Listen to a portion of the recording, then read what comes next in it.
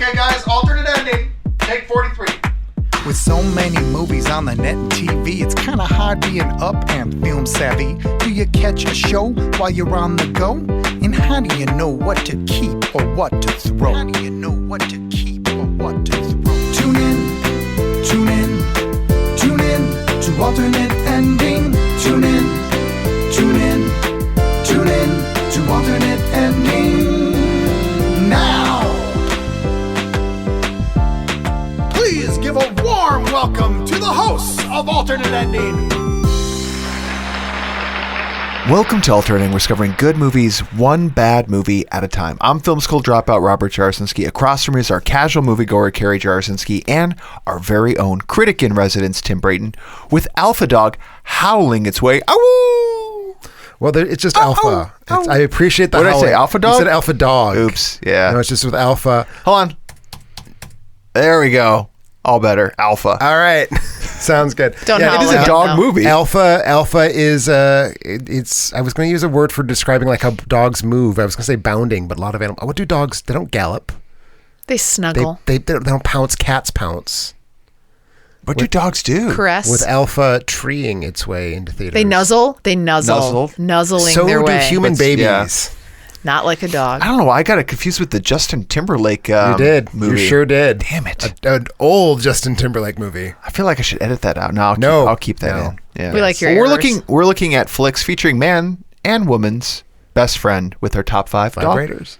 What's that? Vibrators. Is there a male vibrator? I don't know. I'd like to find I one. have the probably try wrong using it. topic. Wait, what's the topic? Top 5 dog movies. Oh, okay. What do you think it was? I thought you just said vibrator. Tim did say vibrators. How did He we said get man here? and women's best friend. And he went to vibrator. Oh, I But see what first, you did there's there. there's some news going on in Hollywood right now with related to the Oscars. Tim, you were There sure is. There sure excited is. to tell us about this. Walk us through what's going on with the Oscars. They're ruining them, is what's going on with the Oscars. So I there's disagree, but go ahead. Make your case. So there was an announcement that there's going to be 3 changes. One is starting in 2020. The Oscars are going to go early, whatever. I don't give a shit about that. The other 2, which have met with overwhelmingly negative response on film Twitter, they're going to add a category, which they're calling Best Popular Film. Woohoo! And we'll explain why you're wrong in a minute here.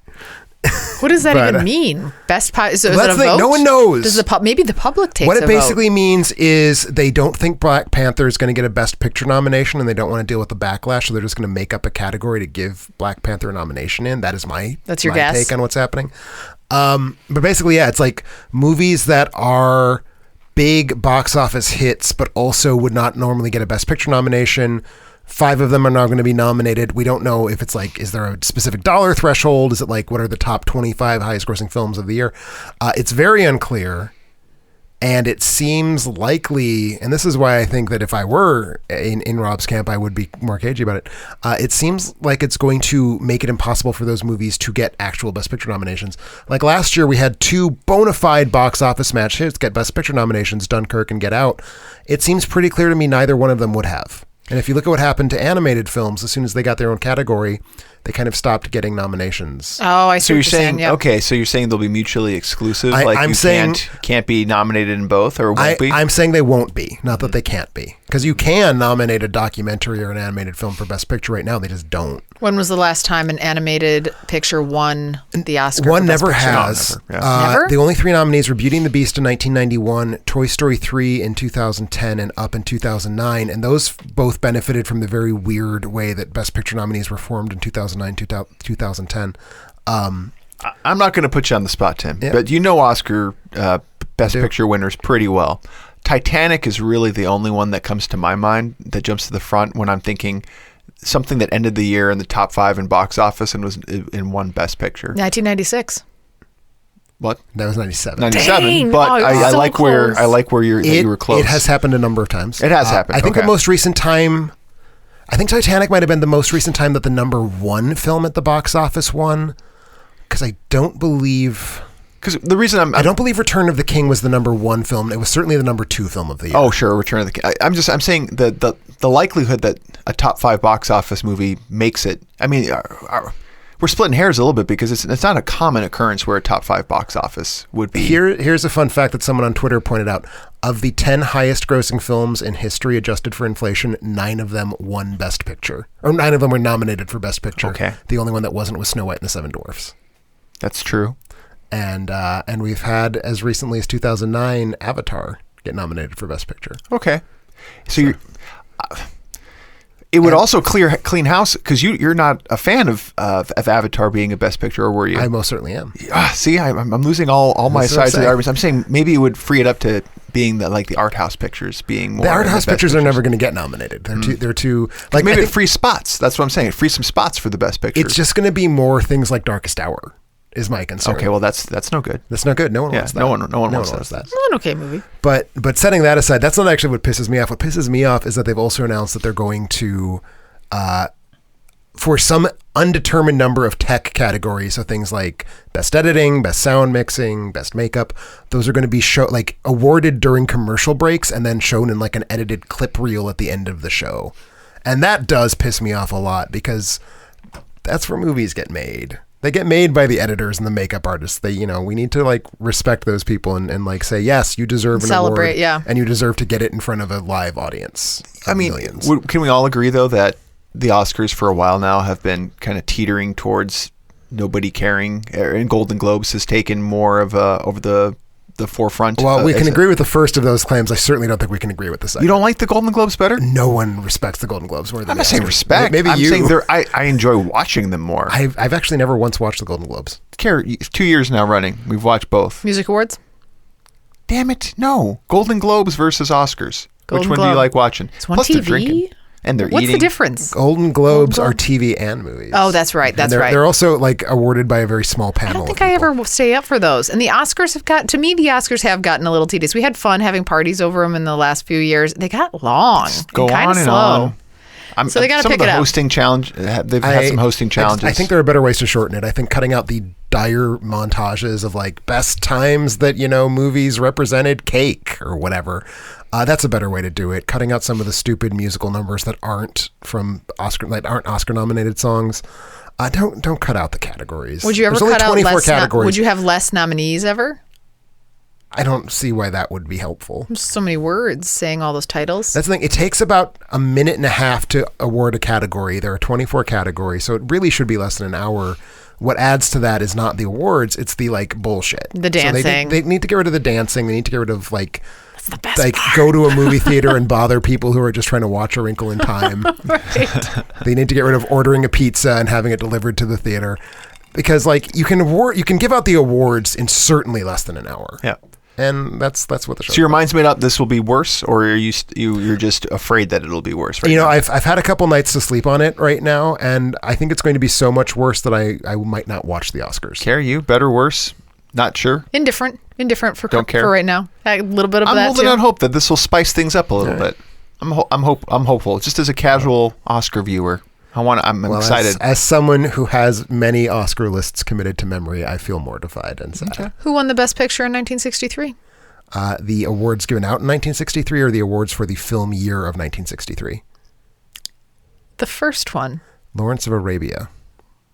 Interesting. The other one would be Tom Jones. I always love That's these impressive, Tim. games. That's impressive. But 34 would be more interesting. 34 would be more interesting because It Happened One Night is a much better film than Tom Jones. Well, let's get to some movies that are in this particular century. How about that with our worth mentioning segment? You clearly do not know the sort of movies I watch if you think I'm going to have to say anything that happened. I don't think there were any dog movies before 1978. I'm not talking about dog movies. Oh, sorry. I'm going to okay. worth mentioning. What is Sorry. the worth mentioning segment? Let's talk about Tim, that. let me tell you what it is. Of the movies we've seen since the last episode, which are the ones we want to talk about most? They could be great movies. They could be terrible. We share them either way. Care? How many movies have you seen? 2, right? I don't know if you've seen 2. I saw 2 in totality, and did you finish up Tallulah? yeah, on I the Tallulah on the train. That's not fair, man. Do they let you do that, or do you have to like lock yourself in the bathroom and like barricade it? No, I had earbuds in, All right. and I finished it out. So Rob and I made it through the first like 3 hours of it last night, and then I rounded it out on the train like the podcaster that I am. I had to have a movie to bring. So I was taking care of the kids while you were doing. Finished it out. Oh, did you not have a movie, Rob? Are you going to have to talk about that CrossFit movie? I'm not going to talk about the CrossFit. We did have CrossFit. I would in love town to in hear about the Madison. CrossFit movie. No, it's okay. We won't. But I did see Tallulah, which Rob and I had this on our watch list on Netflix for the longest time. It's from 2016. And the synopsis that you see on Netflix is like, a baby is stolen or something like that. And every time Rob was like, should we try Tallulah? I'm like, no, I don't like baby theft. I don't want to do it. And then Go ahead. I'm confused. This is not the movie I thought it was, apparently.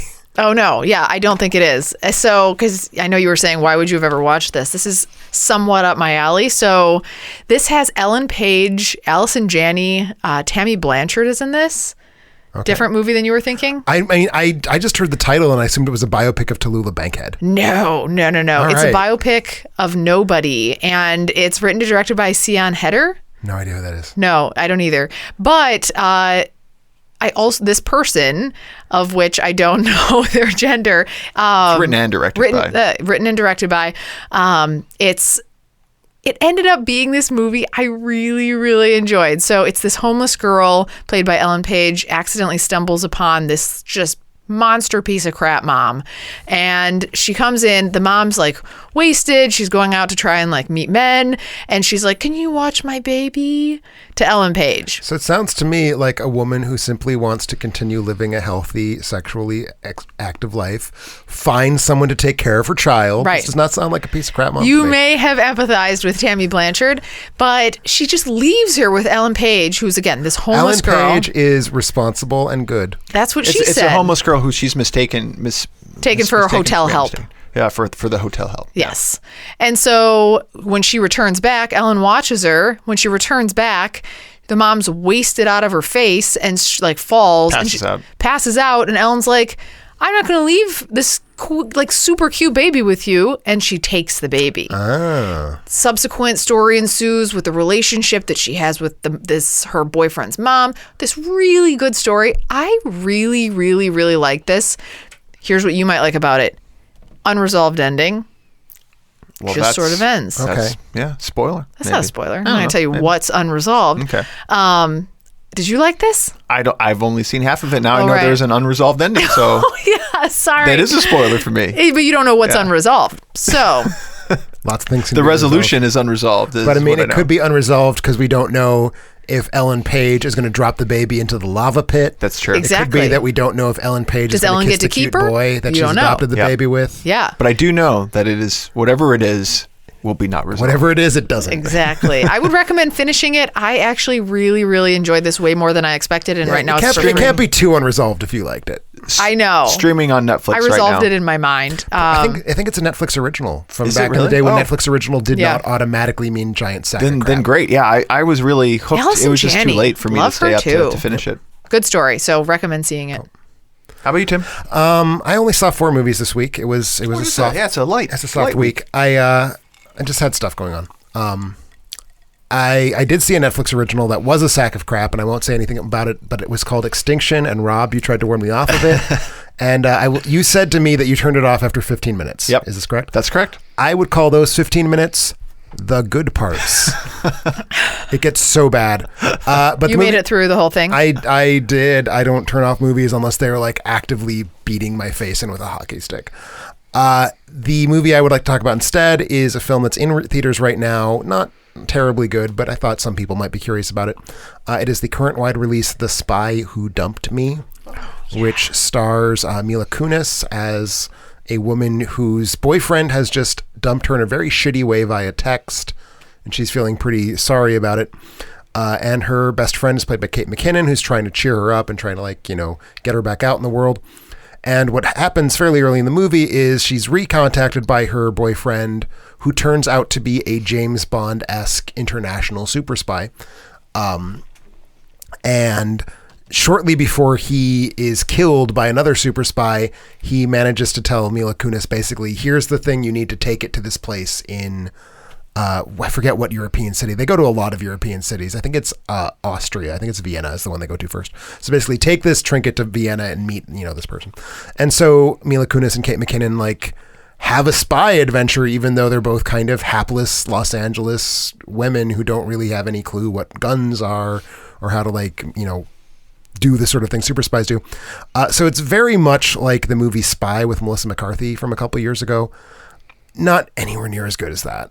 Or not near as good Richard Grieco's If Looks Could Kill. I'm unfamiliar with If Looks Could Kill starring Mr. Richard Grieco, but thank you for bringing it into my radar. It's... Kunis and McKinnon are really good. Like, they have outstanding chemistry. I totally believe that they're best friends for like a billion years. And Kate McKinnon does that thing where, like, she's sort of so just strange, and her, like, cadences and her way of bearing her body are so weird that she just kind of... she's so funny. She becomes funny basically just by inhabiting spaces. Yeah. It's just not a very interesting film. The jokes are all pretty broad, and a lot of it's mostly just like, you know what's funny? Fuck! That was funny. Which is, you know, even though I curse a lot on this podcast, I don't necessarily think that's actually good comedy. And it doesn't really do a good job of mixing action and comedy.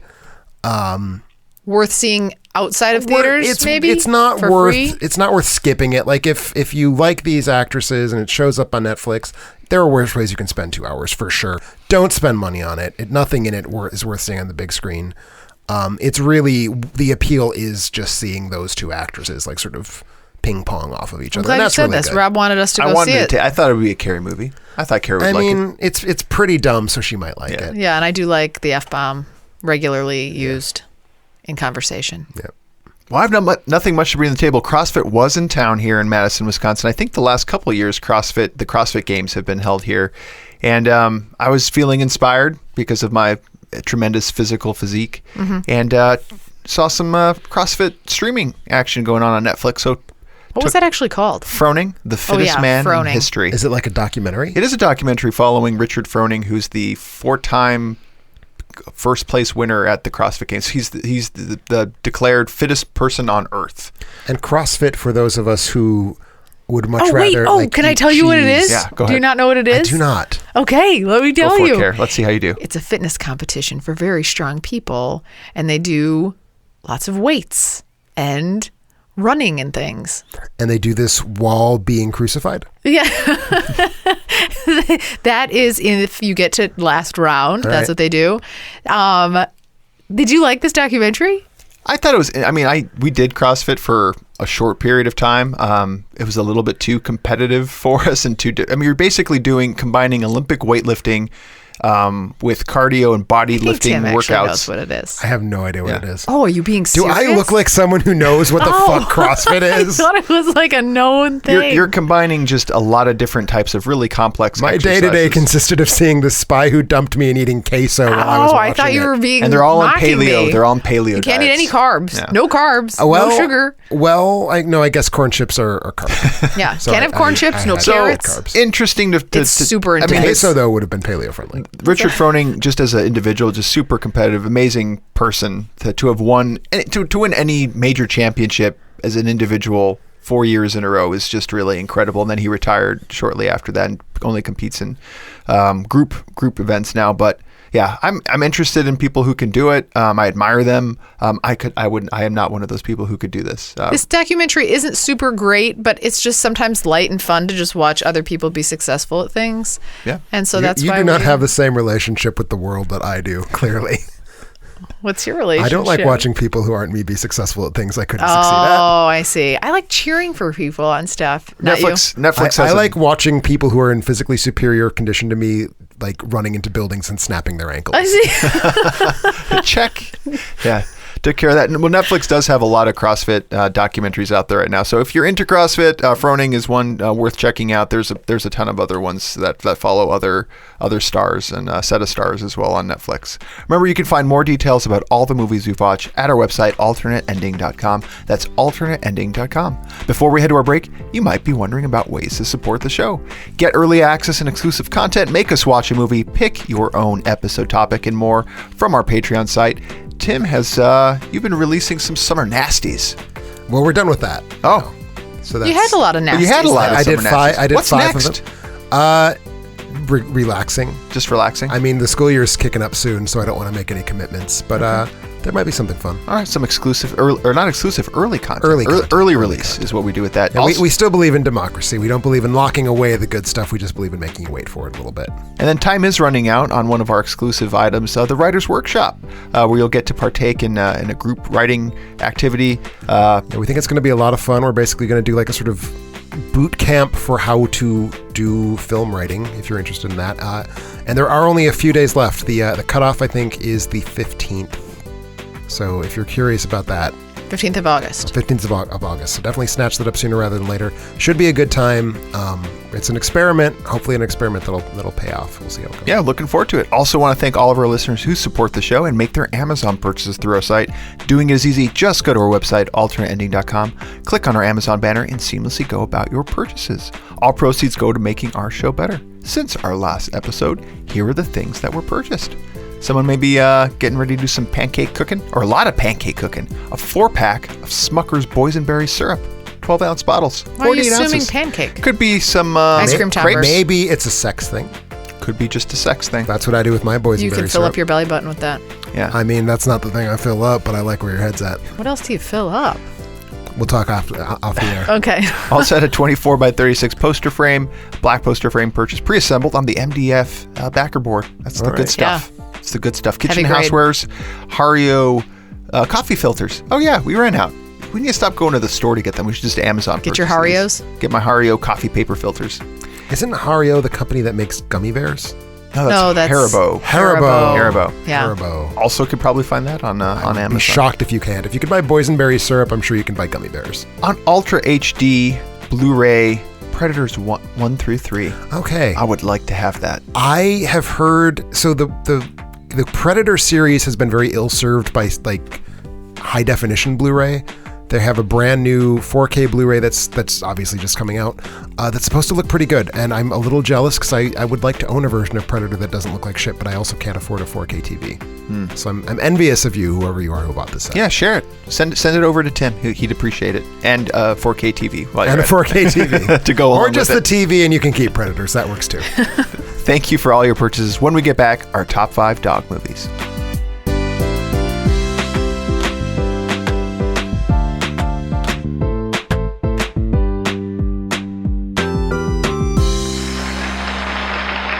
And welcome back to Alternating. We're talking about our top 5 dog movies. Dog movies, Care. You a fan of the dog?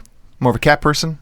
I think you know the answer to that I question. do know the answer. You're just chattering real fast all of a sudden. All of a sudden, And you're I really still haven't gotten over the way you pronounce doge. Doggy? Donkey. You're the man now. Yeah, Isn't we're that gonna from have a movie? Donkey. Oh, that's Donkey. That's Donkey. Oh, Yeah.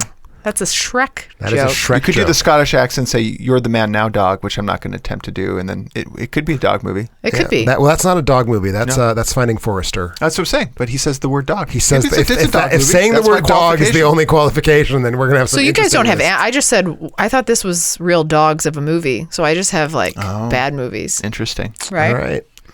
No, we're I doing did. man's best friend. Yeah, that's what All I right. did. So if that's the case, a dog must be present and a main character in the movie. Okay? Okay. And specifically dogs. You guys didn't say canine movies, so it can't be just like in the general canine family. Must be a dog. And that excludes wolves. I like it. Okay? And then I like it because Alpha is a movie about the first dog being bred from a wolf. but it's 100%. So but That's it's the thing. So it's about the formation of dogs. It feels timely. It does feel feels like timely. fits. It does feel like it fits. And no death. Just no death. I can't deal with any death. No animal death. Okay.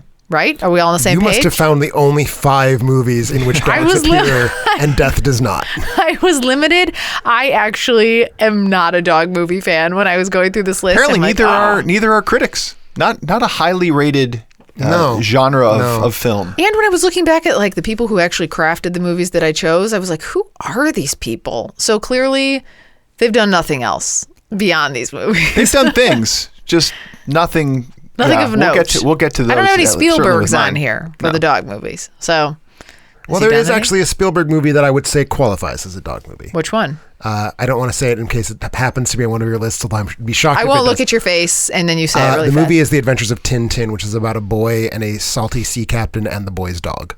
Okay. And Okay. the dog is significant enough that I think it counts. Okay. How about you, Tim? I was a little bit looser with my definitions. I mean, only death. It has to involve a dog getting run over by a tractor. And I could only find 3 movies that have that, so I just have it.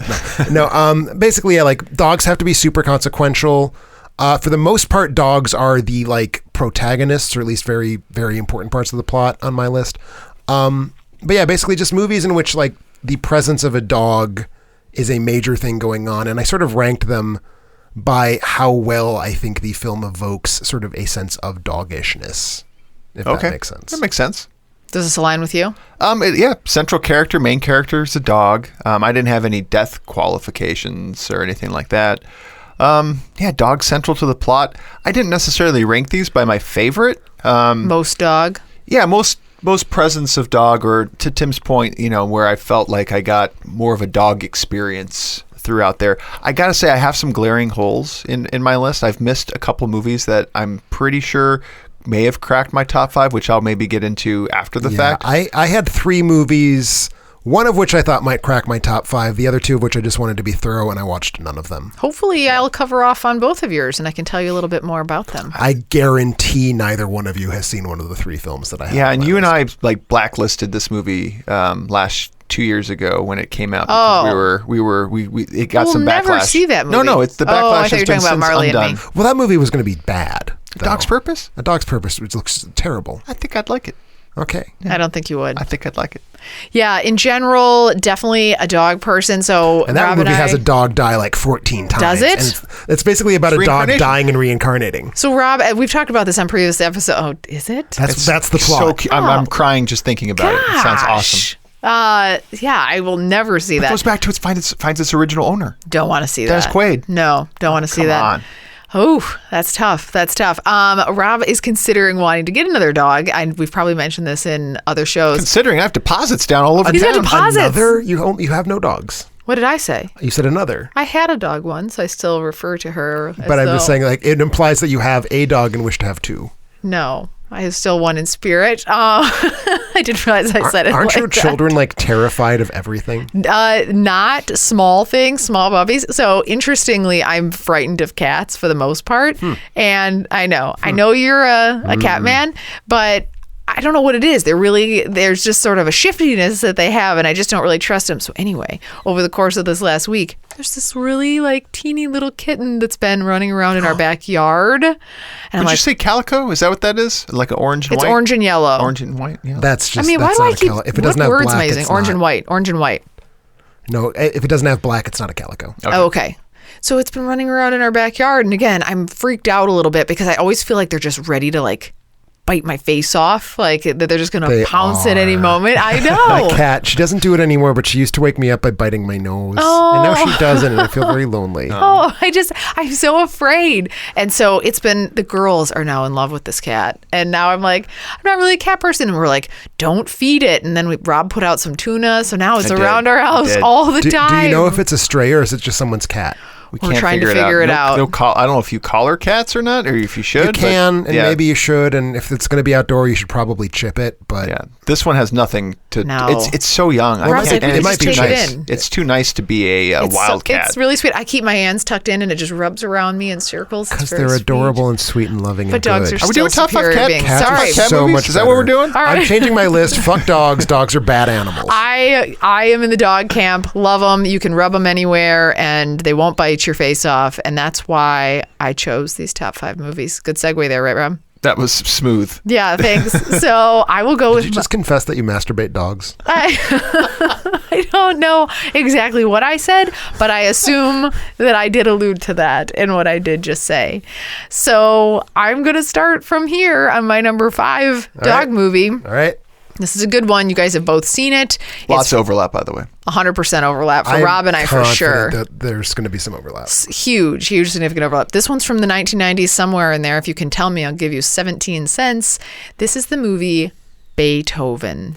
1992. I've got 92. 92? Oh, yeah. Is it on your list? Yeah, of course it is. Is it on yours? I don't like this movie at all. Oh, well, you don't have to like 3. it. Yeah, I don't like. I considered liking it to be a general criterion for my list. Oh. And for me, I know liking does, but it doesn't move it up. It's not my favorite of my dog movies. It's number 3. It's probably way too high as from a like perspective, but it's probably one of the ones I watched the most. Oh, a million times. Yeah. A million times as a kid. So this is a story of a giant, lovely St. Bernard and his family. They're just doing their own thing and having fun. And then this vet, right, Rob? This vet comes. He's got cruel intentions. And he wants to go over and start running tests on Beethoven and experiments and Why'd you stuff say like his name that. so funny? Beethoven. I think it's actually because I had a spelling error when I wrote it down and I pronounced it phonetically the way I wrote it. Beethoven. And they're going to run experiments on it, so the family has to make sure that doesn't happen. And so does Beethoven. Beethoven. So it's on your list too. Again, It is. It's nostalgia factor. I've seen it a million I didn't times. see this movie for the first time until like 6 or 7 years ago, so I haven't noticed.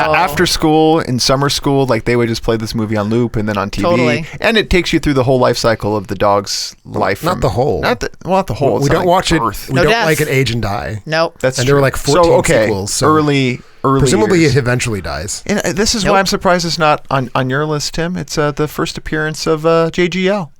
Like Joseph Gordon-Levitt. That doesn't make He's in this? Yeah, his first. Well, it's a very minor very, role. very small. Very I mean, minor. if I were going to go that route, I would say because it has like teeny tiny baby David Duchovny in it. Yeah, David Duchovny got Stanley Tucci, Oliver Platt. I don't remember any of these people. Also, a very baby faced Oliver Platt, if I remember. Yeah. That's what I said. Yeah, no, I'm just saying like he also had a also baby baby face. face. Stanley Tucci still looked like he was 45 years old. Also, Bonnie Hunt. Also, Bonnie Hunt. And 26 years her older Charles Grodin, playing her husband. Dean It was Jones. fun. I remember So laughing. fun. I don't want to revisit this because I think And I don't want to say Bernard. Not going to like Very it. slobbery. I also think that it probably has that issue where probably appropriate for kids in 92, probably not appropriate for not as appropriate for kids. I don't recall there being anything. I think there's probably some violence, some gunplay. Well, maybe. that doesn't make it inherently less appropriate. Like, it just means that you don't want your children to see violence. That's true. I just don't want. If I ever have children, I will only show them violent movies. Beethoven on It's not loop. like it's racist. It's not like it's I mean, We'll have to it is rewatch it. violent. I mean, the plot hinges on a dog being like carved apart by experimenters. Apparently, it got a lot of negative write-ins from the AVA, which is the American Veterinary Associations. They wrote in being very offended that they're like, there was no way a veterinary professional would ever do this. So yeah, they got a lot of hate mail from them. Yeah. Constance Wozniak and Angelina Iozzo, listeners of the show, also had this on their list. All right. Good pick, Care. Did you say Angelina? Angeline. Oh. Angelina. I must have misheard you. Angelina. So where does that... I'm all over the place today. You are. So- We're recording very late in the evening for all of our flubs. So I'm going the opposite of nostalgia. I think this might be the youngest film I've ever put on a list. Okay. That is this year's Isle of 1948? Dogs. Oh. 2018, this Yeah. past spring, Isle of brand. Dogs. yeah. Which, I don't know for a fact it's going to age well, but it kind of turned out that I don't like dog movies. So I needed to scramble a little bit. But this is number 5, so it only goes up from here. And that's the thing. I don't know that this is going to age super well, so I'm hedging my bets. I don't like putting young things on for that reason. But yeah, so this is a recent Wes Anderson film about an island off the coast of Japan that has been turned into a plague haven for dogs, basically, and the sort of resistance movement of humans and the resistance movement of dogs that end up sort of coalescing to fight this unjust regime. Super beautiful stop motion dogs. It's Wes Anderson's second stop motion film after 2009's Fantastic Mr. Fox. Really, really terrific voice cast. And it does get at something about how much people love dogs. I mean, the title is meant to be sort of pronounced and heard as I love dogs. That's the sort of the internal pun. Oh my gosh. Seriously? I did not know. Didn't we even talk about this No. when we talked about Isle of Dogs? If you did, I wasn't paying attention. You're probably on get your that. phone like you are You're right probably now. on your phone like you are right I now. was looking up facts about Isle of Dogs. Focus on the Isle of Dogs. conversation. Well, that's the thing. It's because you can't speak the language, so you just called it the Isle of Dogs. Isle of Dogs. I actually remember enjoying this significantly more than I thought. I that I was remember going you to. also liked it Yeah. more than you thought you would, because Yeah. you thought you were going to hate it. What style did you say that this is? It's a kind of stop motion animation that uses really sort of deliberately ratty looking puppets. It's meant to Yeah. evoke the sort of stop motion of the 60s and 70s. Oh, okay. Yeah, I thought the storyline itself was actually really good. The little boy that comes out and he's The looking for little his boy dog. that comes out, I think it's too cluttered as a story. I think it spends too much time with the human high school activists back on mainland Japan. But I think the dog sequences are terrific. Really, really expressive puppets. Really, just kind of sweet story about like how the Bryan Cranston voiced dog needs to understand the beautiful thing that happens when dogs and humans can cohabitate. Yeah. Very sweet movie. Good pick. Sort of some weirdness about it. I'm not sure that I'm going to like it as much 10 years from now as I do right now, but I liked it enough to put it on this list for now. So, all right, that sounds good. By the way, did you see the poster? For the movie Isle of Dogs? No, for our poster. The dog poster? Oh, yes, I gave you the Isle of Dogs. I saw you dog. gave me Isle of Dogs. Yeah. Of course, yeah. I thought you'd appreciate that. Throwing him a bone. Hey. Oh. Did I say that we were playing a dog pun game? No, you did not. It's say that. starting It's now. It's too late. We've already gone through number five. This is my number 5 has shown up on some other list. I don't remember what it was. I don't know if Carrie's going to disqualify this because technically it is not a wolf. It is a half dog, half yeah. wolf. That He would be doesn't not count. on your list. No, he doesn't Talking count. about Little White Fang, 1991. Yeah. I contend that White Fang is a dog. Okay. He said he was partial he's a dog, wild dog. Yeah. but it was said he was half dog, half wolf. He's a wolf dog. It's an actual like type of animal. But it's not a dog wolf. He thrives in the company of humans. I think that is a good enough criterion. Yeah. Only Ethan Hawke. Is that the one that you did? Yeah, the Ethan Hawke one, the Jack, and I know you recently I caught just a recently Netflix. caught a the Netflix original animated version, and I will also go ahead and spoil this. In a couple weeks when Alpha actually opens, I'm going to be looking at the Lucio Fulci version of White Fang from the 1970s. So, Okay. a lot of White Fang movies out there, but This you've gets gone me with so excited when Yeah, you tell just me the- this the stuff. Disney friendship- produced 1991 Yeah, version. Disney doing Ethan Hawke early on in his career. And this is maybe like it's his second, 10-year-old third. Ethan Hawke or Yeah. something, right? Yeah. 10-year-old. How old is he? I don't know. Well, it was After Dead Poets, right? It was 3 years before Sunrise, and I think he was the age of his character, so he's probably like 18. Wow. Okay. 18, Wow. 19. Yeah. Enjoyed looking at young Ethan and having a playful relationship with his dog, and the dog following the dog through a number of different owners and going back to try to rescue him from the man or escape the man who's mistreating him. I enjoyed this This movie wolf quite a movie? bit. I have It's not a wolf movie. seen this version of White Fang. You have not? I've never seen Will it. you watch this as part of your series as well, too? Not just the 19 Luciano. I might if something? I have time. I'm more interested in the Fulci one just because I like Fulci as a director. But This is like one of the classics of our time. You I mean- missed the Ethan Hawke version I of missed the White Ethan Hawke Fang. White Fang. Whenever you tell me things like this, I'm shocked. You know how I am now in terms Like of in being a this moment? snob? Oh, yeah. I was so much snobbier when I was 12 years old. Really? Like I was insufferable. Like in what way? You were like, I can't watch I was this like, that version movie of has White ever Fang. been seen by anyone else. I don't think it's much too mainstream for me. Like I got snobby at a very young age. Oh, yeah. Yeah, I can. And it's certainly, I remember not wishing to see White Fang because it seemed like a big deal among my peer group. Interest. This is. But the bond that the two form, I love this. I love this movie. Bart the Bear, if you remember, the ball bear yeah. from the Great Outdoors makes an appearance in this movie. Bart the bear who's been in many movies. And the wolf dog is actually the dog from The Thing, I believe. Jed. Is it? Yeah. Yeah. And also The Journey of Natty Gann. Journey Man again. Yeah, I've seen one of those movies, and I bet you can guess which one. I can guess. I think we've had this discussion. I'm a big Journey of the Natty Gann fan. Also featured this dog. Just put a "the" in the title for no apparent reason. The Journey, isn't it? You said the journey of the Natty Gann. Yeah. Again, All it's right. late. It's late. This movie made Have some caffeine, Rob. This movie made $40 million on a $13 million budget. Not bad. CRD, Conrado Falco, and Space Ice had White Fang on their list as well. Right. Good picks. Good pick. pick. So, at what age did your snobbiness peak? What was the peak snobby? Probably 17. 17. Okay. And then it's been whittling its way downward since. I gave Jurassic World Fallen Kingdom a favorable review, so I think that it's definitely on the downswing. Okay. I just wanted to clarify where we're at in the spectrum here. So that'll take me to my number 4, which is something everybody's forgotten about. Maybe not Rob, but I think the rest of the world has. This is the movie, which is also from a year called K9. year K9? K-9. 1989's Jim Belushi movie. Is it on your list? No. Oh. Good pull, though, Rob. Thank you. So it's like Rob mentioned, Jim Belushi. Jerry Lee is also in this, who is the dog. You guys also have to name the name of the dog that's in the movie. K9. No, his name is Jerry Lee. Oh, Jerry Lee's the dog's Is name. the dog. Oh, So this is, again, have you I guys thought seen you meant this? like Jerry Lee was like K-9 is one of those movies that for like the last 15 years has always been on my I really need to see this movie list because I have a really weird list of that. Yeah. And it's always never the thing I want to watch. Oh, you really should. I always feel like I should have. I'm sure I will. Yeah. Like it's one of those late 80s weird high concept comedies that I feel like I should have seen. You should have. Yes, I completely agree. Is it not on your list, Rob, you said? Not on my list. Loved it, though?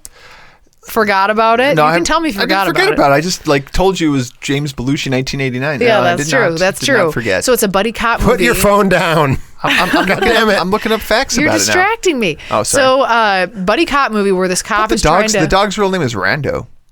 No, it's Jerry Lee. Oh, maybe in the movie. It's Jerry Lee. The dog's name in the movie is Jerry Lee, but he's played by the dog actor Rando. You must know the dog's name in the movie, not his real life name, okay?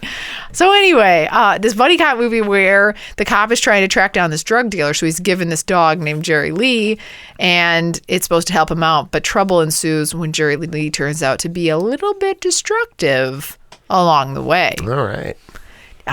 Good movie. I love cop dog Does movies. Belushi take a lot of hits to the balls in this movie? Not that I recall, but I bet if I were to watch... if I watched it again, I imagine what I want to see is a scene of the dog chasing through Belushi's legs, knocking him right in the junk as he does so. Do you remember that, Rob? I can't offhand remember this no. 1989 I don't remember any classic. ball punches, but it's been a while as well. So we'll this 1989 classic. Is that what you said? That is what I said. It's certainly a 1989 film that has lingered in the world long enough for me to feel like I should have seen it. Catch this on TNT whenever it's available. And it will be. If you keep TNT on. So that's my number 4. To your number 4, Tim. All right. With something that's on my list. I know it. Potentially. There's actually, I think, a potential that this one might be on one of your lists. Okay. I'm taking us back to 1961, the year that Walt Disney Animation Studios gave the world 101 Dalmatians. Too many dogs. But they're good dogs. No, I know. That's a good pick. So this is, of course, the movie about how a Dalmatian named Pongo and a Dalmatian named Perdita met and fall in love and sort of managed to make it so that their human owners also fell in love. Pongo and Perdita have a litter of 15 Dalmatian puppies, which brings us to 17 Dalmatians. But, where's the other 84? I don't know. Turns out what happens is that this insane, crazy woman named Cruella de Vil has been kidnapping Dalmatians to turn them into a fur coat. And so it's a chase, it's an adventure movie out in the English countryside where the 101 Dalmatians have to escape from the clutches of Cruella de Vil. This is on my list largely, it's a great movie. It's a terrific movie. It is so cool the way the dogs are animated in this film. Like, it was one of their... Disney has done realistic dogs. They've done super cartoony dogs. This was one of their attempts to really, nail dog physiology, and I think they succeeded. I think the dogs move right. Even though they're talking and, having human adventures, they feel like dogs. They're always four-legged. They're sort of drawn in the very specific way that Dalmatians have, a kind of weird, lanky build, and they feel like it. Also, this film really, pioneered new technology for making lots of animals, because there are 101 Dalmatians. So this is the first animated film to use Xerox technology. How does that work? Basically, it's it's Xeroxing. It's photocopies. Oh, so there's... Oh, I see. So they only drew 20 Dalmatians and then photographed each of them 5 times, basically. Interesting. Of course, what I actually love about this movie more than anything is Cruella de Vil, but she's a human, so I can't talk about her. But the dogs are great. The dogs are super personable, and it stands up too. It stands up so well. We recently watched it. Yeah, there's so many. The Dalmatians are all great. There's so many non-Dalmatian dogs. There's the English sheepdog who helps them. There's several dogs in the opening montage. It's a fun movie about a dog level view of London in the middle of the 20th century. Good pick. Holds up super, super well. It was my number 6. Oh, okay. Not on your list, though, Rob? No, it did not crack. And I'll spoil that. I don't actually have any animated on my list. Did you limit yourself to one Disney animated, Tim? No. Okay. No, I did not. I'm so for 2 for 2 on animation. I just want to point that out. Oh, yeah. Okay. My number 4 is, in fact, a buddy cop movie from the same year as K-9. It's a good one. I think when they announced... Also a film on my list of things that you haven't seen? I haven't seen. Starring a much better actor than Jim Belushi. True. I think the best actor of all time, in fact. Was it? It can be debated? I think the jury's out. The jury's out that Tom Hanks is not a better... That's a not factual Is there a answer. show called According to Tom? There's a long-running, beloved sitcom, According to There Tom. should I'm, be. of course, talking about the movie, buddy cop dog movie, Turner and Hooch. number 2. Oh, okay, good. Well, Love it. I was a little worried that you'd have K-9 on your list and not Turner and Hooch. No, Okay. this That would have is even much bothered me, and better. I've seen neither one of these films. Turner and Hooch is significantly better than K-9. Turner and Hooch is real good. I love this movie. I almost literally watched Turner and Hooch about 3 weeks ago. I don't remember why. And then I think I decided to play a video game. You'd hate it too. You'd be like, But it's got Tom Hanks. I know. It has Tom I Hanks. just want All you really to need make sure know. everybody understands. I do think Tom Hanks is a better actor than Jim Belushi. Thank you. You're on the record. And it features Hooch, which is a Dog de Bordeaux, one of the most ancient French dog breeds. And Interesting. looks like Hooch is a very unusual looking dog. It looks like a bulldog, not bulldog, but what are those? He looks like somebody fucked up trying to make a bulldog. Oh yeah, apparently it's just a really old. Mixed it with a boxer, maybe. And it's a junkyard dog. In fact, that is where Tom Hanks finds Hooch, whose owner has been murdered Yeah, it's in so a sad. junkyard, and Tom Hanks brings him in and takes ownership of him, hoping that the dog Hooch will lead him to the murderers or murderer. Yeah, fun movie. Extra twist. You forgot the twist. What's the twist? The twist. Well, if it's a twist, is it a twist? Well, it's not really a twist. Well, I haven't seen this movie and I'm planning on it, so don't ruin it for me. No, this isn't a twist. You find out early on. Once Hooch actually finds him, the goal is they're going to put him down. I will So say you're that the most interesting twist about this movie is that Carrie broke her criteria to have it on the list, but I won't tell which criteria she broke. He doesn't. I'm not going to say I don't remember anything. that. I'm not saying Well, anything. for God's sake. I'm not I saying don't remember anything. that. I didn't say anything. How is that How can the broke one dog of her- possibly He's die? part wolf. He's part wolf. That's what it is. I don't know if I want to see it if the dog dies. I don't this know if does I not wanna feel like a see dog it. dies movie. It doesn't feel like one to me I'm just either. going to say that Well, you've made it clear that the dog dies. No. they had two. In your laden innuendo-y way. They had two test screenings for audiences, and audiences reacted the same way almost to both options. So the Katzenberg decided to leave the one where he kicks the bucket. I think I saw Audiences the other did version. not respond almost the same way. Yeah. Famously, the thing that pisses audiences off the most is Not for killing a this dog. movie. I think I saw the You other can version. show parents cannibalizing There is a no child. other- and it will No, want I them saw to the There other is die. one. no other Dog version out there. I never saw Hooch die. Yeah. Never. Maybe my your parents, shut here it to off. turn it off. They probably turned it off. They're like, oh, I was like, well, that kind of was open ended So there. for you Yeah. animated buffs, for Toy Story, the line where Turner yells at Hooch and tells him not to eat the car was actually used in the test footage that got Tom Hanks That's interested. right. They cut I've his read voice, about I think, that. and I've read animated about to that line, and they're like, oh yeah, I'd love to do this. The concise statement. Kyle Fiorelli and Frank Iozzo also had Great Turner and pick. Hooch. Yeah. Great pick. Sorry to disappoint you there, Kara, with the ending there. We've seen different movies, but that's okay. So mine still meets my own When I watch it, criteria. I want you to give me your copy. I totally will. I'm going to dust her off for you there. And this movie is not quite as good. I don't know. It's actually no, I take this back. So my third movie is actually better than my second movie, probably, but less dog, if that makes any Sure. sense. Okay? I think you got my number one. Do I? Mm-hmm. Oh, I'm sure I do. Is it a real big dog? Bigger than Beethoven? Bigger than Beethoven? No, I don't know what we're talking It's like about. as big as like a horse. What? What? Yeah. What movie is it? I don't know. Oh, I thought this is your number one. No, that's not. No, this is 1993's where we meet. Oh wait, what's his name? Beast. We meet Beast. Oh, The sure. Sandlot. So yeah, the poster again worked out really well for you then. I didn't look at the poster that Yeah, much. I just you- love this yeah, Beast. movie. So wait, but this isn't your number one? No, it's not. It's not a dog movie. Oh, the dog is like the forefront of fear in this entire movie. I think an argument can be made. I don't. This movie did not threaten my top five, but I do think I see where it's a dog movie. Oh, absolutely. This is David Mickey Evans wrote and directed this. This is every kid's favorite summer movie. And then these little boys go out. Yeah. Every. At least 92%. Okay. Yeah. You might be in that other I'm a proud 8%er. 8. But they go out and they're all like riding bikes. It's summer. They play baseball. But there's a house that's kind of scary that's on the other side of the fence. And every time they hit the ball, this massive, what kind is this? Like a Great Dane or something like that? Mastiff? Mastiff. it's a It is. Mastiff, It is a yeah. Mastiff. You're right. You're really good with your dog breeds over there, Thanks. Rob. You know what? You know where I'm getting this information? My phone, which you Yeah. both You know where chastise me. you know where I got my information that was only about a half a second behind yours? Your brain. My brain. Yeah, I knew he was going to say that. And you know where I got that? My brain. So I forgot what I was talking about, but Big old dog. big dog Eats called baseballs. Beast eats your baseballs like crazy. Great movie. Yeah, great movie, not a dog movie. So far you've broken your criteria. It's a movie and in you have which a non-dog removing movie. the dog significantly alters the emotional balance of the film. Thanks, Tim. I'm going to allow it. I would agree. Okay. So that's my number 3. All right. I'm only down to my number 1, and Okay. it's good. So my number 3 is the only live action film I have on my list. So Benji. no.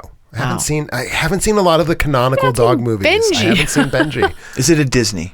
It is a Disney. Oh, do not do. You've had to sound like 3. You didn't pick Toto, did you? What? What's Toto? You Oh, mean that- Wizard of Oz? Totoro? That's what? Wizard of Oz, the little dog? That's not a Disney movie. Oh, I thought it was. No, it's MGM. No. It was a good guess. Toto's a good dog, but What's better? well, now I'm wondering if I should put the Wizard of Oz. So no, what I have is the 1984 short film directed by Tim Burton, his first work in live action because he was trained as an animator. This is the original version of Frankenweenie. I thought this was animated. There was a remake, also directed by Tim Burton in Okay. 2012, that was stop motion animation. The original is live action, same plot.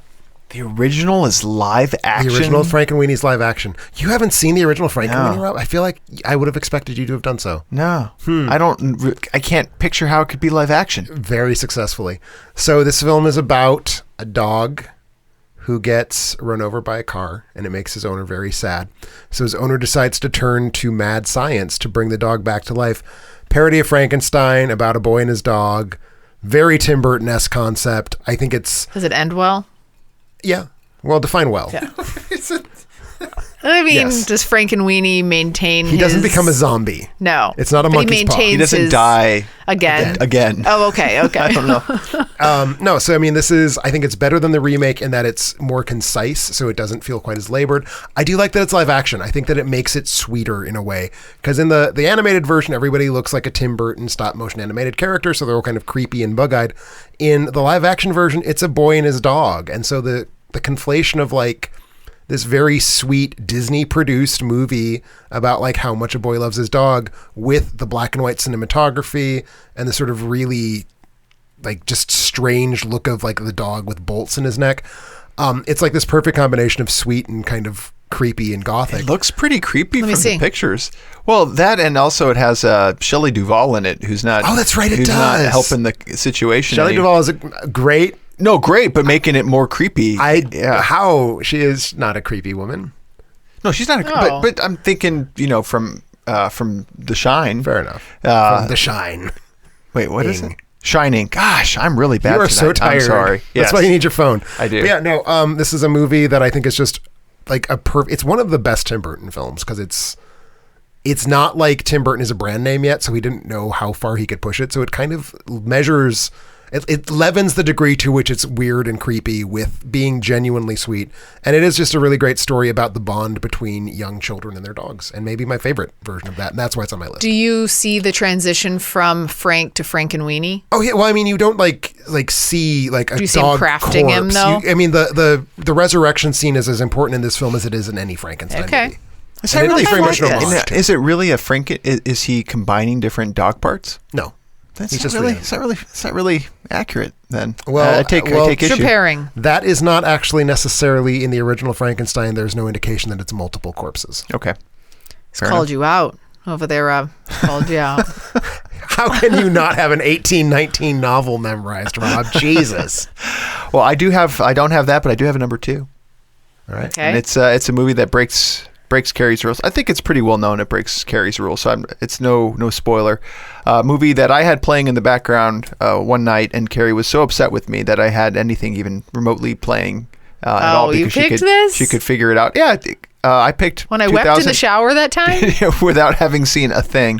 2008's Marley and Me. Oh gosh. So Rob, like a jerk, I come in the house, he's watching Marley and Me, and I was like, that you never can watch Marley and Me ever. And so I was like, I'm already halfway through. So it's like, I'm leaving to go to the shower. So I went, took a shower. From the distance through the wall, I could hear the music, which I knew was happening. So Rob comes in later and was like, "Are you crying?" I'm like, Yeah, I That's might amazing. be crying. The good soundtrack there invokes sadness. So which would have upset you more? Walking into Rob in the bedroom watching Marley and Me, or walking into Rob in the bedroom with a man in bed? Wait, what's the difference? Wait, what's happening? Is he having an affair with another man, or is he watching Marley and Me? Which one bothers you more? Oh, obviously the first one. Okay. Wait.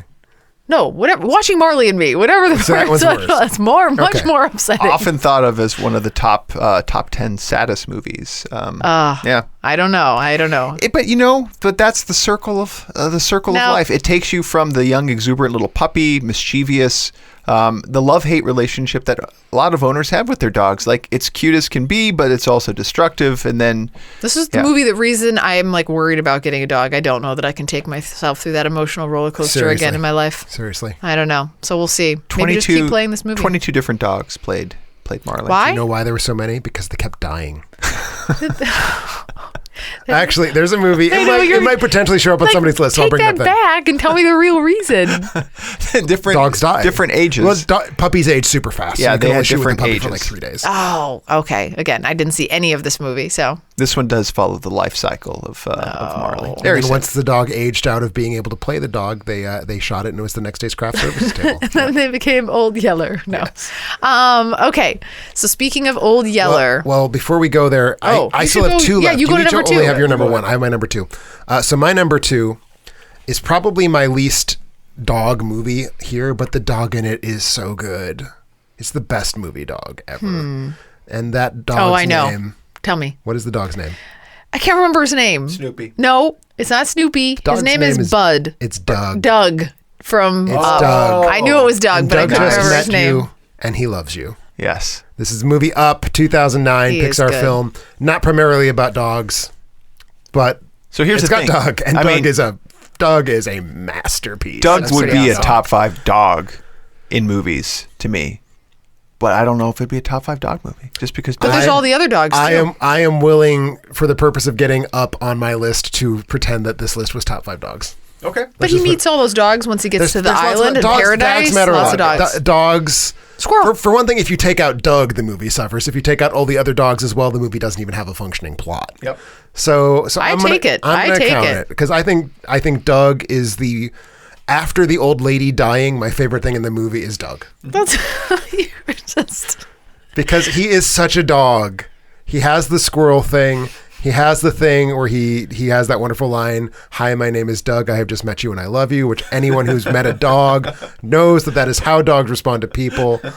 Voiced by Bob Peterson, who was the, I believe, the script editor or something at Pixar at the time. Just a perfect animal. I have a stuffed Doug. Do you sleep with it? No, it No? does. It had a little. If you pressed its paw, he said lines from the movie. And for like 8 years, I've been unwilling to press its paw because at some point I know the battery's going to die, and I don't want to like find out that happened. So like I just assume that Doug will still talk if I press his paw. I 100% Schrodinger's believe. dog. Schrodinger's dog. Yes. I 100% believe this to be factual. This is that you do 100% this. factual. I know. I would not make up such a tragic story. I as that. know you would not. So no, good it's a good pick. Good And pick. for me, Doug is a top 5 dog as well too. Cute for dog. Sure. So does that take it to my number one? number one, Your Karen. number one. All right, number one, and rounding it out with the best dog movie I've ever seen in my entire life. Everybody lives, everybody's happy, maybe a few porcupine quills to the nose, right? Yeah, we're lining up at number 1. I never expected this was on your list. Fist bump. I'm a This little- a little bit further. yeah. This is the delightful adventure of Chance, Shadow, and Sassy. Yeah. 2 dogs and a cat trio in the movie 1993's Homeward Bound, The Incredible Journey. Which I didn't know was a remake. I have only seen the original. I have not actually seen this one. Okay. The You original haven't seen not. this one either? Nope. And the original doesn't have, to my knowledge, from the research I did, doesn't actually have voice acting. It has a narrator. Was the research you did hearing me talk about it on this podcast? Because I think we've done that. Yeah. Did that happen today? It could have. No, not today. But Okay. You were just like, I've had a conversation somewhat recently about how in Homeward Bound the animals talk and in Incredible Journey they don't. Was it with me? I thought it was, maybe on okay. one of your other podcasts. one of your affairs. One of my podcasts with my people who have good taste in movies. Yeah, we don't like to know those kind of people. You know, But- even after having this on my list here, I thought about taking it off because I forgot about realistically, Sassy's in this too. So Sassy can be in takes it. away a little bit from the dogginess of the movie. I think putting a cat in to set the dogs off is a fairly customary thing to do in dog movies. that's true. That's true. Excellent pick. If you've missed this one, here's what happens. I'll tell you, they go off, the family leaves, and then they end up getting dropped off with like a pet sitter. They start getting really worried that their family is in danger, and so they venture like across hundreds of miles to go home.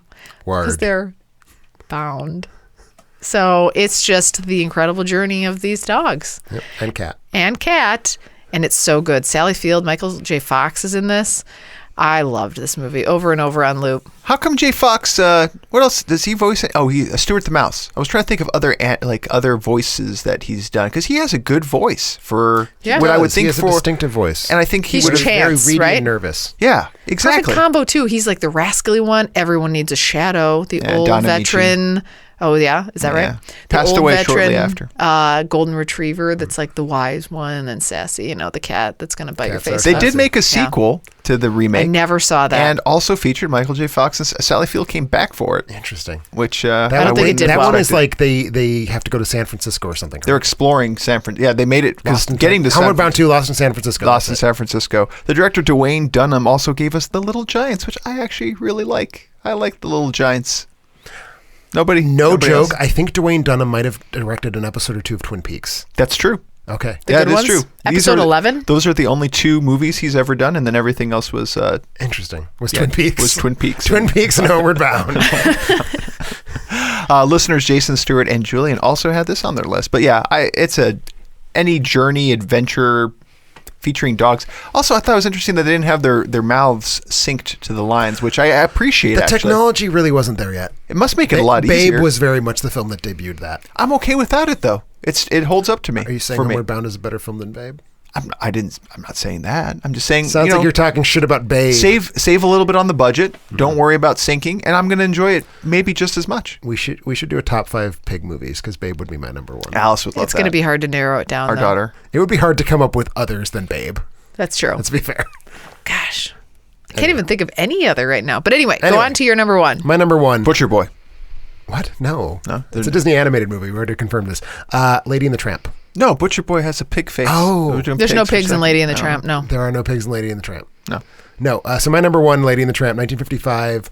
A Disney film about a classy Cocker Spaniel named Lady and a homeless dog who has no given name, but he's just referred to as the Tramp, who fall in love. It's a Romeo and Juliet type situation with dogs.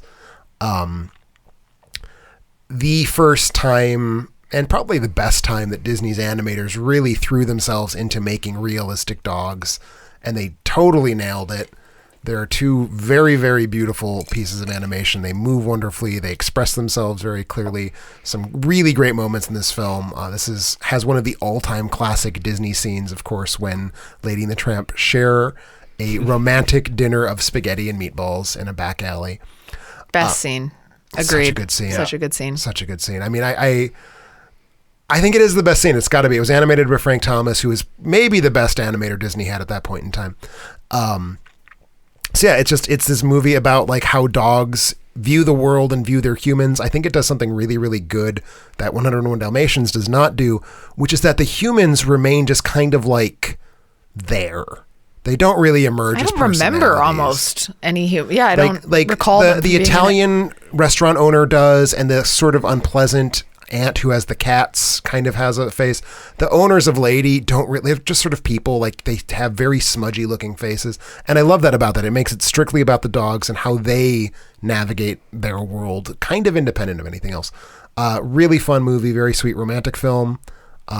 Has definitely dated poorly in at least the one respect of the Siamese cat song. But other than that, it's just a splendid film. I love this one a lot. It's one of my favorite Disney films. The cats were super creepy. No, all dogs go to heaven on anyone's lists. You know, I thought you'd have Pet Sematary maybe too. Well, Pet Sematary is a bad film. Here, I thought you'd have Look Who's Talking Now. Oh. Well, actually, I feel forgot about that dog. Now you've got me wondering if All Dogs should have gone above Isle of Dogs. I think so for you. I wonder if it should have. And Wizard of Oz. Who does Totoro. the voice? Burt Reynolds? Is that Burt Reynolds? Okay. Don't forget about Toto. you know? Well, you couldn't have had All Dogs Go to Heaven for the... No, I've never seen that movie. Oh, you haven't seen The entire title indicates that dogs die. I know. The entire title indicates I will never, ever, ever watch it, But even also, as a kid. the title indicates that after the dogs die, they are still around. So it's not sad. I disagree with you, but I'll still never watch it. And we'll never let our kids watch it either. Spurs too many questions. Well, every week we ask you to share your picks and thoughts for a chance to win a free Amazon movie rental. Based on the results, here are your top 5 picks. Tied for number 5, we had 2 movies. Turner and Hooch. Yeah, the Hooch. Yes. Also, All Dogs Go to Heaven. So, All right. Not everybody's Some people love depressed by the dogs. Maybe it ends well. Maybe it's not really what happens in the movie. Sure. Maybe. Well, You the can dog go goes on to heaven instead of to hell. That is, some would say, the best possible ending. That's true. Wait, doesn't a dog go to hell though too? Like something like opens up, or am I mixing like movies in my mind? Like the evil dog goes somewhere, right? He ends up in heaven. And it's sort of a gag about how he has to because he's a dog. Oh, got it. Because all dogs. Because all dogs. So you get a free pass. Oh yeah. You could be a dick. That's more or less the plot of All Dogs Go to Heaven too. Is that because he had to go to heaven because he was a dog, he could still be a complete dick and try to go back. Okay. And, like, make a deal with Cat Satan. Okay. Interesting. Very weird movies. The All Dogs franchise. Sounds like I've been missing a lot here. Tied for number 4, movie I have not heard of, White Dog. White Dog was the film that was most highly on my list. That's the one that I think might have broken my list if I'd seen it. I didn't get a chance to watch it. You two have surely not seen it. No. It is a film about a dog that has been trained to attack black people and the black dog trainer that tries to untrain it. It's a Sam Fuller film. It's supposed to be a really great Interesting. film. I own it, and I still have not had an opportunity to watch it. Kind of weird to have these two bookended with each other at number 4. Beethoven, on the other hand. Hey! Not an ultra-violent film about American racism. No, not at all. Tied for standing alone, number 3, 101 Dalmatians. Right. So, Tim, that's your pick. Yes. One that I was actually thinking might end up on Tim's list, tied for number 2. First one is Best in Show. I like it a lot. It is a human film. Okay. It's a human film about dog ownership. Yeah. I enjoy it too, and I couldn't bring myself to put it on my list. It was tied with Homeward Bound: The Incredible Journey. All right. That was number 2. And at number 1, Lady and the Tramp. Oh, right. Nice one. Not making it on my list was Hachi. I think I might have liked that. I am confident I wouldn't. It looks very manipulative, and I don't like the director. Yeah, I'm easily manipulated by anything dog related, so I think it would have ended up on my list. But I do believe that Richard Gere dies is an important part of the plot, so I'd like that part. That's not animated then? No. Oh, okay. An animated Richard Gere death would be pretty I thought maybe sweet. he was the voice. Oh, I see what you're saying. The plot is true story about a dog whose owner dies, and the dog just waits at the train station for him. And I think Richard Gere plays the owner who dies. I don't think I want to see that either. Yeah, Dog's Purpose, and that would have made my list had I seen him. Our lucky winner this week, Kyle Fiorelli, who had Homeward Bound, Best in Show, Turner and Hooch, Beethoven, and The Fox and the Hound. It's exactly my list, except for 1 or 2. Fox and the Hound is a bold choice for your solitary representation of a Disney film. Yeah, it's a good dog, though. Maybe a top 5 dog for me. Kyle, shoot us an email at contact@alternateending.com for details on how to claim your free Amazon movie rental. If you want to win a free movie rental like Kyle, be on the lookout for a spoiler alert or top 5 movie posts on Facebook and Twitter to share your favorite picks. In closing, I want to thank everybody for listening. Go out to our Facebook page and like it. Check us out on Twitter where we're tweeting all the time, alternateending.com. We'll find all of our movie reviews, podcasts, articles, and more. Subscribe to our podcast on iTunes or Google. Leave us a review too if you're at it. Kara, any new reviews this week? If you were to leave a review, your name might be You're Sharp, who left us a review. That was another really good segue, right? Mm-hmm, sure. I'm going to use that next time too.